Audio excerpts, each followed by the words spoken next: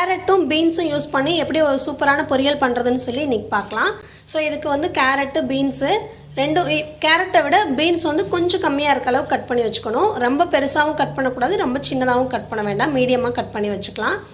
அதுக்கப்புறம் வெங்காயம், பச்சை மிளகாய். இதுக்கு வந்து பச்சை மிளகாய் தான் நல்லாயிருக்கும், வரமிளகாய் வந்து கொஞ்சம் சுமாராக தான் இருக்கும். ஸோ முடிஞ்ச வரையும் பச்சை மிளகாய் ஆட் பண்ணிக்கிட்டிங்கன்னா டேஸ்ட் நல்லாயிருக்கும். அடுத்ததான் வந்து இங்கே பார்த்தீங்கன்னா நான் கொஞ்சமாக வந்து பாசிப்பருப்பு வச்சுருக்கேன்.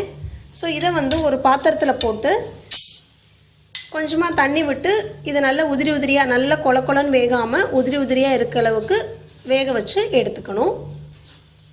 ஸோ இப்போ ஃபஸ்ட்டு வந்து அடுப்பில் பேன் வச்சிடலாம். எண்ணெய் காயட்டும்.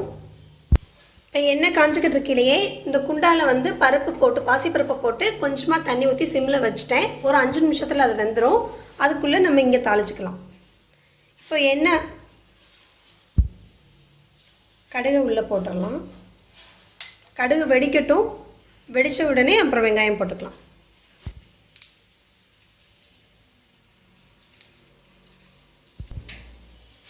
கடுகு வெடித்து முடிச்சிருச்சு. வெங்காயம், கருவேப்பிலை, பச்சை மிளகாய் எல்லாத்தையும் ஒன்றா போட்டுக்கலாம். போட்டு ஒரு கிளறு வந்து கிளறிக்கலாம். இப்போ வெங்காயம் வதங்கிடுச்சு. இப்போ வந்து நம்ம வெட்டி வச்சுருக்க காயை வந்து உள்ளே சேர்த்துக்கலாம். இது வந்து ஒரு நிமிஷம் வதங்கட்டும். வதங்கினதுக்கப்புறம் நம்ம இதில் வந்து தண்ணி ஆட் பண்ணிக்கலாம்.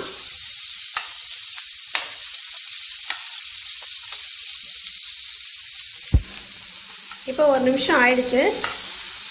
இப்போ வந்து கொஞ்சமாக மஞ்சள் தூள் ஆட் பண்ணிக்கலாம்.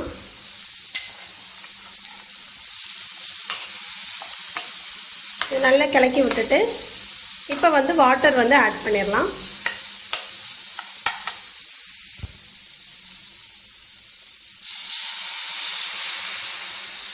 போதும், ரொம்ப தண்ணியும் ஊற்ற வேண்டாம், இல்லாட்டி ரொம்ப நிறைய வெந்துடும் காய். இப்போ வந்து ஒரு மூடி போட்டு மூடி ஒரு 5 நிமிஷம் விட்டுடலாம். அப்புறம் காய் வெந்ததுக்கப்புறம் பருப்பு ஆட் பண்ணிக்கலாம். இப்போ பாசிப்பருப்பு வெந்துருச்சு, அதை ஆஃப் பண்ணிடலாம். இப்போ காய் வந்து பாதிக்கு மேலே வெந்துருச்சு. இப்போ வந்து உப்பு ஆட் பண்ணிடலாம். உப்பு ஆட் பண்ணி நல்லா கலக்கிடலாம். இப்போ இதில் இருக்க தண்ணி குறைஞ்சிருச்சு. இப்போ வந்து நம்ம எடுத்து வச்ச பருப்பை வந்து ஆட் பண்ணிக்கலாம். இதை நல்லா கிளறி விட்டுக்கலாம். இன்னும் கொஞ்சம் தண்ணி நல்லா குறைஞ்சதுக்கப்புறம் தேங்காய் ஆட் பண்ணலாம். இன்னும் கொஞ்சம் லைட்டாக தண்ணி இருக்குது, குறையட்டும். அப்புறம் தேங்காய் ஆட் பண்ணலாம். இப்போ வந்து தேங்காய் துருவல் ஆட் பண்ணிக்கலாம். இப்போ இதை நல்லா கலந்துடலாம். இன்னொரு 1 நிமிஷம் நல்லா வேகட்டும்.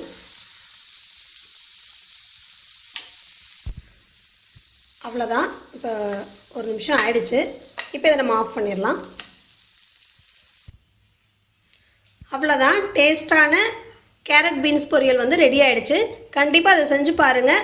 கேரட் பீன்ஸ் பொரியல் சாப்பிடாதவங்க கண்டிப்பாக இந்த பொரியலை வந்து சாப்பிடுவாங்க. ரொம்ப டேஸ்ட்டாக இருக்கும். உங்களுக்கு தேங்காய் வேணான்னு நினச்சிங்கன்னா வேணால் ஒமிட் பண்ணிக்கலாம். ஆனால் தேங்காய் போட்டால் தான் அதோட ஒரிஜினல் நல்ல டேஸ்ட் வந்து கிடைக்கும். இதை செஞ்சு பாருங்கள். கண்டிப்பாக உங்கள் கமெண்ட்ஸை வந்து ஷேர் பண்ணுங்கள்.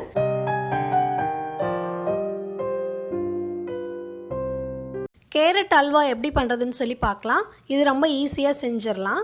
இதுக்கு வந்து ஃபஸ்ட்டு 2 டேபிள் ஸ்பூன் நெய்யை வந்து பேனில் விட்டுக்கோங்க. நெய் உருகுனதுக்கப்புறம் முந்திரி பருப்பு போட்டுடலாம்.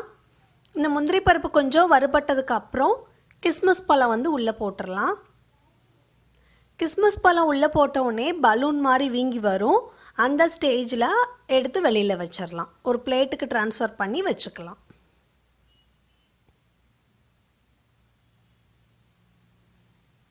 மீடியம் ஃப்ளேமில் வச்சு பண்ணிங்கன்னா கொஞ்சம் நல்லாயிருக்கும், ஈவனாக இருக்கும். பருப்புடைய கலர்லாம் ஈவனாக வரும்.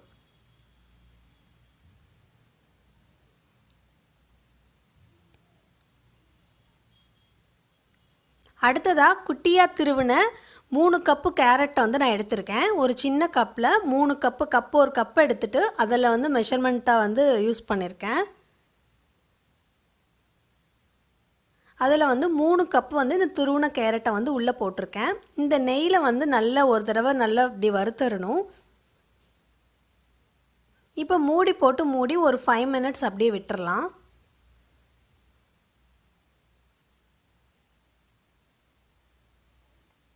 இப்போ 5 மினிட்ஸ் ஆயிடுச்சு. இந்த கேரட் ஆல்மோஸ்ட் ஒரு பாதி அளவுக்கு நல்லா குக் ஆகிடுச்சு. இப்போ வந்து நம்ம எந்த கப்பில் மெஷர் பண்ணமோ அதே கப்பில் 2.5 கப்பு மில்க் வந்து நான் ஆட் பண்ணுறேன். மில்க் வந்து கொஞ்சம் அதிகமாக ஆட் பண்ணிங்கன்னா தான் நல்லாயிருக்கும். அதுக்கப்புறம் 2 ஏலக்காயை தட்டி வச்சு அப்படியே சும்மா தட்டிட்டு உள்ளே போட்டிருக்கேன். போட்டு இதை மூடி வேக விட்டுறலாம். இப்போ வந்து ஒரு கப்பில் வந்து கார்ன்ஃப்ளவர் மாவோ இல்லை கோதுமை மாவோ 1 டேபிள் ஸ்பூன் எடுத்து தண்ணி ஊற்றி இந்த மாதிரி கலக்கி வச்சுக்கோங்க. அது வெந்துக்கிட்டு இருக்கட்டும். இப்போ வந்து அப்பப்போ அந்த மூடியை திறந்து ரொம்ப அந்த பால் வந்து வத்திடுச்சா இல்லை அப்படியே இருக்கான்னு சொல்லி பார்த்துக்கணும். இந்த பாலுடைய அளவு வந்து பாதியாக குறைஞ்சதுக்கு அப்புறம் நம்ம அந்த கார்ன்ஃப்ளவர் மாவு தண்ணியை ஆட் பண்ணிக்கலாம். நீங்கள் கோதுமை மாவு கூட ஆட் பண்ணலாம், நல்லாயிருக்கும்.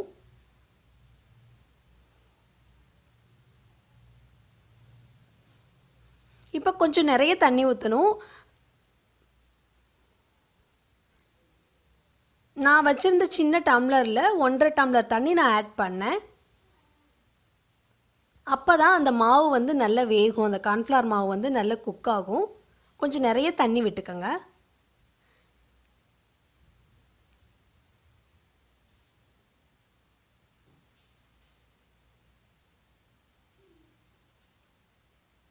இப்போ இந்த மாதிரி நல்லா திக்காக குறைஞ்சது அந்த தண்ணியெல்லாம் நல்லா வற்றினதுக்கப்புறம் 3/4 கப்பு சர்க்கரை வந்து போட்டுக்கோங்க. போட்டு நல்லா கிளறிக்கோங்க. சர்க்கரை போட்டதுக்கப்புறம் கொஞ்சம் அடி பிடிக்காமல் பார்த்துக்கோங்க.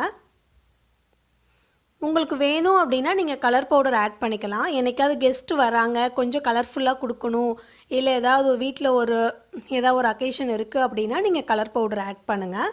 அப்படி இல்லைன்னா கலர் பவுடர் ஆட் பண்ணாமையே கேரட் அல்வா வந்து பார்க்குறதுக்கு ரொம்ப கலர்ஃபுல்லாக தான் இருக்கும்.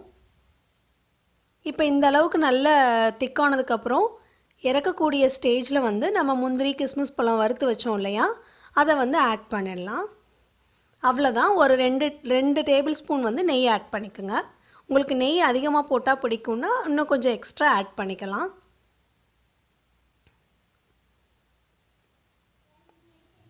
அவ்வளோதான். இப்போ இறக்குற ஸ்டேஜ் ஆயிடுச்சு. ஒரு 1 நிமிஷம் விட்டுட்டு இறக்கிடலாம்.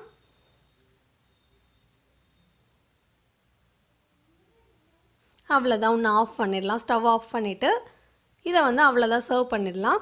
அவ்வளோதான். சூடான சுவையான கேரட் அல்வா வந்து ரெடி ஆகிடுச்சு. இது நீங்கள் செஞ்சு பாருங்கள், ரொம்ப டேஸ்ட்டாக இருக்கும். செஞ்சு பார்த்துட்டு உங்கள் கமெண்ட்ஸை வந்து ஷேர் பண்ணுங்கள்.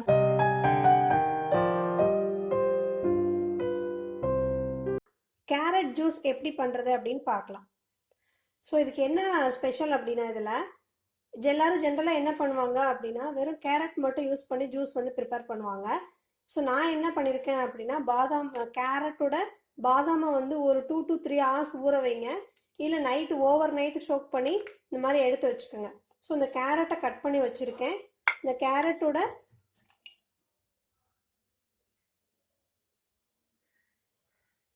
ஸோ இப்போ நான் என்ன பண்ணுறேன்னா இந்த கேரட்டை எடுத்து ஜாரில் போட்டுக்கோங்க. பாதாமையும் ஜாரில் போட்டுக்கோங்க. ஸோ இதை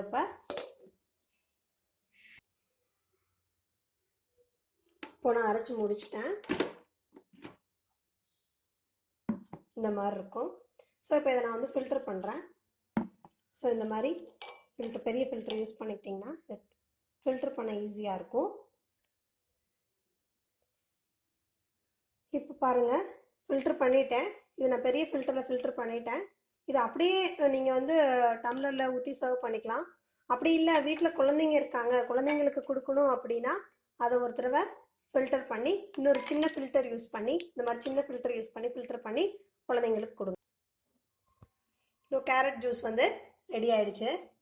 ஸோ இது வந்து செய்யறதுக்கும் சிம்பிள், நமக்கு ரொம்பவும் ஹெல்த்தி. பிகாஸ் ஏன் அப்படின்னா இதோட பாதாம் வந்து நம்ம ஆட் பண்ணியிருக்கோம். பாதாம் வந்து வெறுமனே ஆட் பண்ணா கூட வந்து இந்த அளவுக்கு இருக்காது. நம்ம என்ன பண்ணியிருக்கோம், நல்ல ஊற வச்சு ஆட் பண்ணியிருக்கோம். ஸோ அப்படி இருக்கிறதுனால குழந்தைங்களுக்கு வந்து இம்யூனிட்டி பவர் வந்து டெவலப் ஆகும். குழந்தைங்க வந்து நல்லா குழந்தைங்களுக்கு ரொம்ப எனர்ஜெட்டிக்காக இருக்கும். ஸோ அதனால் இதை வீட்டில் செஞ்சு பாருங்கள். நீங்கள் லைக் பண்ணால் சப்ஸ்கிரைப் பண்ணுங்கள்.